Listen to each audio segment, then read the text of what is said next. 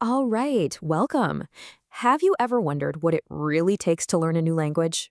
From absolute scratch. Well, today, we're going to lay out the blueprint for learning basic German step by step.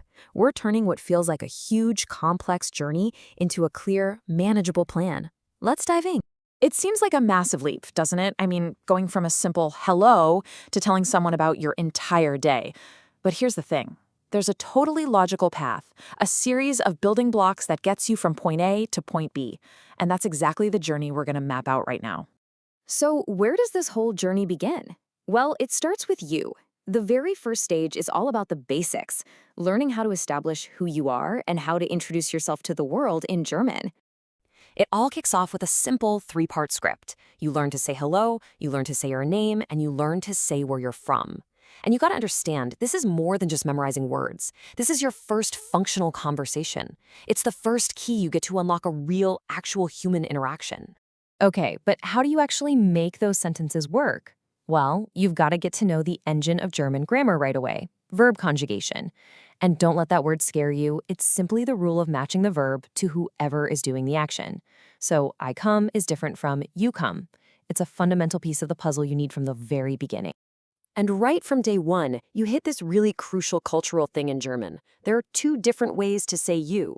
You have Sie, which is the formal you that you'd use with a stranger or your boss. And then you have Du, the informal version for your friends and family. And trust me, getting this right is a huge deal for sounding natural and respectful.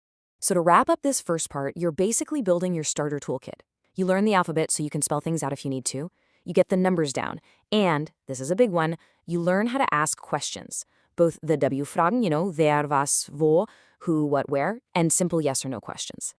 All right, so you've got the basics down for introducing yourself. What's next? Well, you start looking outward. The next phase is all about moving beyond your own identity and learning to describe the world of objects and people all around you. And oh boy, this is where it gets kind of weird, but also really fascinating. In German, every single noun has a gender. It can be masculine, feminine, or neuter. So you have to ask questions like, is a table a he, a she, or an it? Now, we're not talking about biology here, obviously. It's a purely grammatical system, and it's a whole new way of categorizing the world. So here's how the system works. Every noun gets a little tag in front of it. Der for masculine things, die for feminine, and das for neuter. This is how you say the.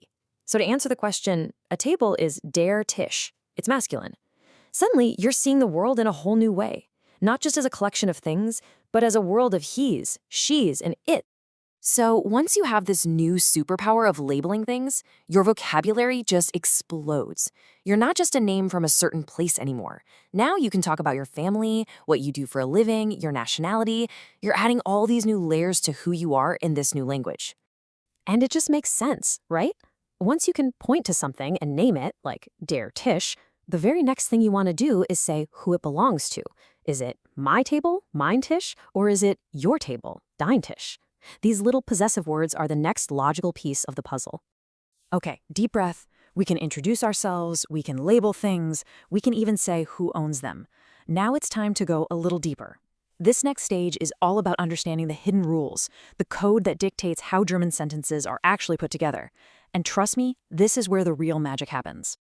First up, we have something called the nominative case. Now, don't let the fancy name freak you out. It's actually super simple.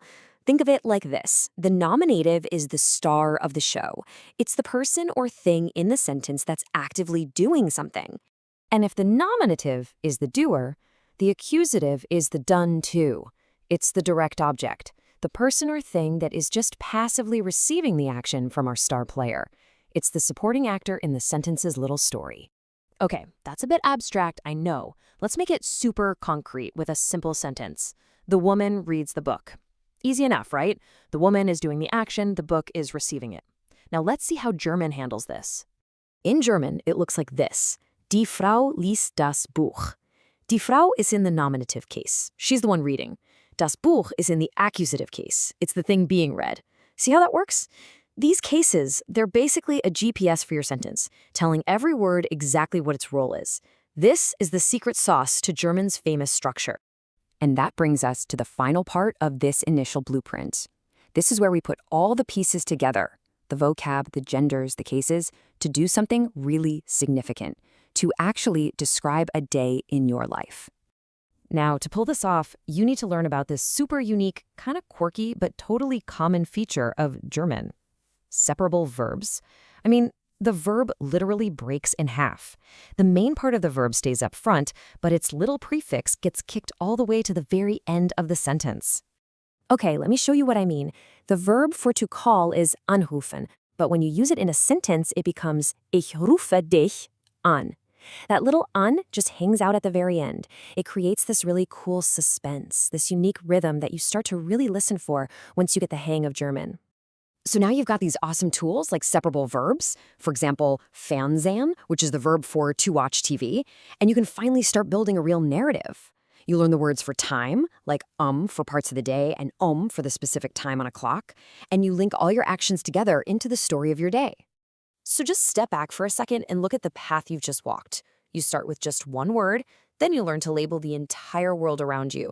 After that, you crack the code of how to build a proper sentence, and finally, you put it all together to tell a story. It's not random at all. It's a logical, step-by-step, really powerful progression. So this all leaves me with one final question for you. We've talked about all these rules, right? Verb conjugation, cases, genders. But is learning a language really just about memorizing rules? Or is it actually about learning to see the entire world, everything from a simple table to the way your own day is structured, through a completely new set of eyes?